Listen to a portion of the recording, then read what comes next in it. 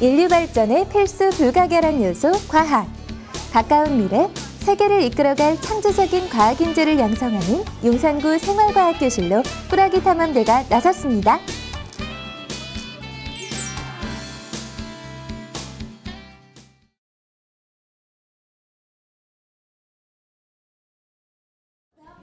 동장군의 기세가 매서운 2월.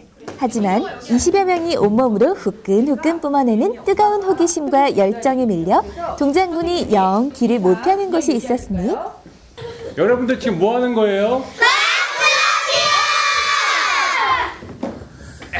오늘 생활과학교실의 주제는 각기 다른 흰색 가루들의 특성을 알아보는 흰색 가루의 정체를 밝혀라!입니다. 변화되지 않는지 아는 지식을 한번 생각해보자. 각각의 물질은 겉보기 및 화학적 성질, 끓는 점, 용해도 등 자신만의 고유한 성질을 지니고 있다는 사실. 나란히 4개를 쭉 늘어놓으세요. 아이들의 조급한 마음을 아는지 모르는지 알쏭달쏭 마치 쌍둥이처럼 도무지 분간되지 않는 흰색 가루들.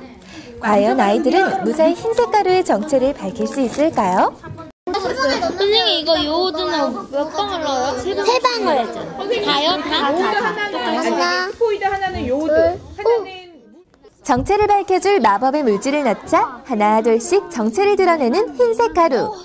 요오드와 반응해 청남색으로 변신하는 녹말, 식초와 반응해 거품을 일으키는 탄산수소 나트륨 등 자신만의 성질을 드러내 보이는데요. 이처럼 아이들은 물질의 특성을 두 눈으로 확인하며 호기심도 충족시키고 관찰력도 한 뼘 더 성장했습니다.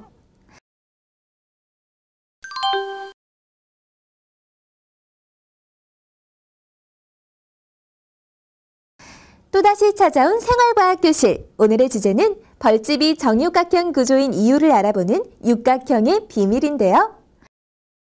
그런데 도시의 아이들이 벌집을 알긴 알까요? 네! 저 TV로 봤어요! TV!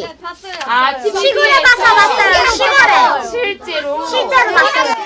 다행스럽게도 모두 벌집을 잘 아는 것 같네요. 그래서 이렇게 육각형은 아이들이 이런 활동을 통해서 어떤 자연 속에 있는 생활 속에 있는 어떤 원리들을 깨우쳐가는 수업이거든요. 그래서 오늘 같은 경우는 그 꿀벌들이 벌집을 건축할 때 왜 육각형 모양을 짓는지에 대해서 알아보는 내용이고요. 그리고 그거 말고도 비눗방울 같은 경우도 그 같은 원리로 흘러가거든요. 그래서 그런 거를 이제 아이들이 관찰과 실험을 통해서 깨우치는 그런 과정이에요. 오직 비밀을 풀겠다는 일념으로 젖먹던 힘까지 모아서 조심스레 육각형 도장을 찍어보는 아이들. 하지만 꿀벌의 구조와 유사하게 육각형 도장을 찍어보는 것만으로는 성에 차지 않았던 것일까요? 칠판에 삼각형, 오각형 모양의 종이를 붙이기도 하고요. 종이의 일렬로 나란히 반듯하게 그려진 선이 혹여나 비뚤어질세라 날카로운 눈초리로 바라보며 신중에 신중을 기해서 하나하나 오려내는데요. 오려진 종이는 곧 각기 다른 정다각형으로 탄생! 사탕으로 정삼각형, 정사각형, 정육각형의 내부를 빈틈없이 채워넣으며 정다각형의 구조와 특성을 파악하고요. 본래 원형에서 정육각형으로 변하는 비눗물 거품을 보며 벌집이 정육각형 구조인 이유를 확실히 깨닫습니다.